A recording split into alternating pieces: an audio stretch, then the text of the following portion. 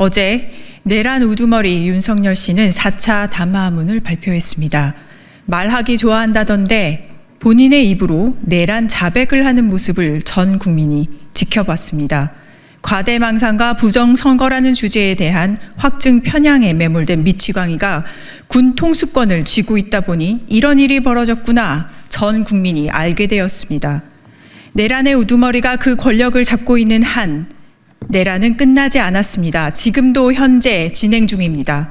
해서 가장 빠른 시일에 탄핵으로서 직무 정지를 시켜야 하고 내란죄를 물어 긴급 체포, 압수수색 등의 수사를 전방위적으로 펼치며 특검을 통해 국민이 납득할 만큼의 처벌까지 끌고 가야 합니다. 이 과정에서 국회는 먼저 탄핵 가결을 위한 모든 노력을 할 것입니다. 동시에 이 과정에서 여전히 풀리지 않는 의문이 있습니다. 도대체 왜 내란 수괴 윤석열 씨는 비상계엄 선포라는 강수를 두게 되었을까입니다. 그 원인을 알면 해결책도 함께 제시할 수 있지 않을까 하는 마음에 기자회견을 준비하게 되었습니다. 어제 담화를 분석하면서 알게 된 점이 있습니다. 바로 윤석열 씨는 일부 극우 유튜브에 떠도는 부정선거설에 진심으로 동의했다는 점입니다. 동의하는 정도가 아니라 굳게 믿고 지금 겪고 있는 모든 문제의 근본적 원인으로 바로 부정선거, 선거 조작을 꼽았다라는 점입니다. 그 근본적 문제 해결과 질서 유지를 위해 계엄령을 내렸다라는 것이 어제 담화의 내용이었습니다. 북한을 추종하는 반국가 세력, 여론 조작과 부정선거 모두 극우 유튜버들의 채널에 자주 등장하는 말들입니다. 지난 3일 계엄군은 과천 선관위 청사를 점거했고 선관위 당직자들의 휴대전화를 압수했고 전산실 서버를 촬영했는데 이 모든 것이 윤 대통령의 직접 지시에 따른 것이었습니다. 유튜브를 비롯해서 이커머스 혹은 검색 서비스에서는 이용자 편의를 도모하고자 맞춤형이라는 목적을 위해 추천 서비스가 존재합니다.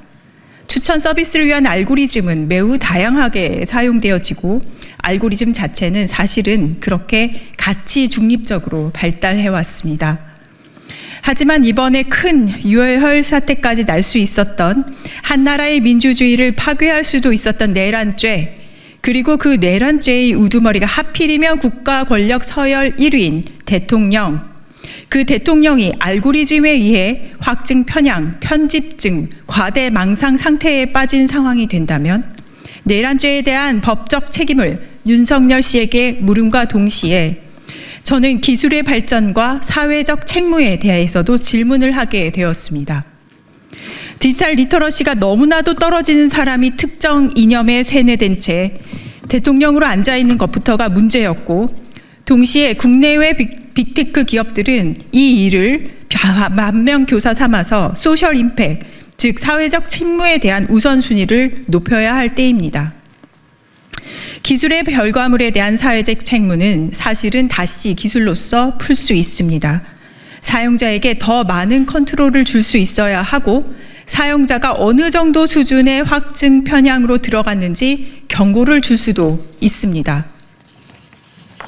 다만 그 노력을 하고 있지 않았을 뿐입니다. 이걸 외면하고 있는 시간이 길어진다면 어느 순간에는 집단적 손해배상 소송이 벌어질 수도 있습니다.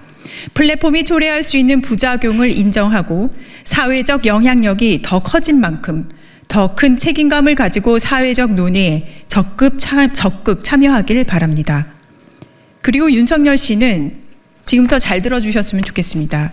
이제 극우 유튜버 구독부터 취소하고 다양한 컨텐츠를 접하는 방법을 배우기 바랍니다. 명태균 씨와의 인연 때문인지 선거 조작을 의심하게 된 계기가 될 수 있겠으나 그 이후 확증 편향으로 이뤄가게 된 부분은 극우 유튜버 구독이라고 보여집니다.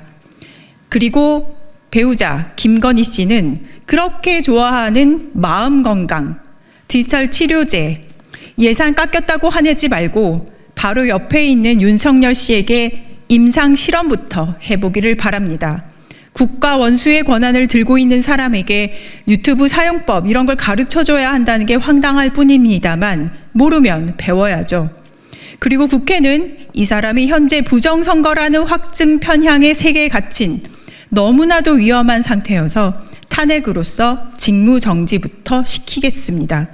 국민의힘 여당 여러분의 참여 강하게 촉구합니다.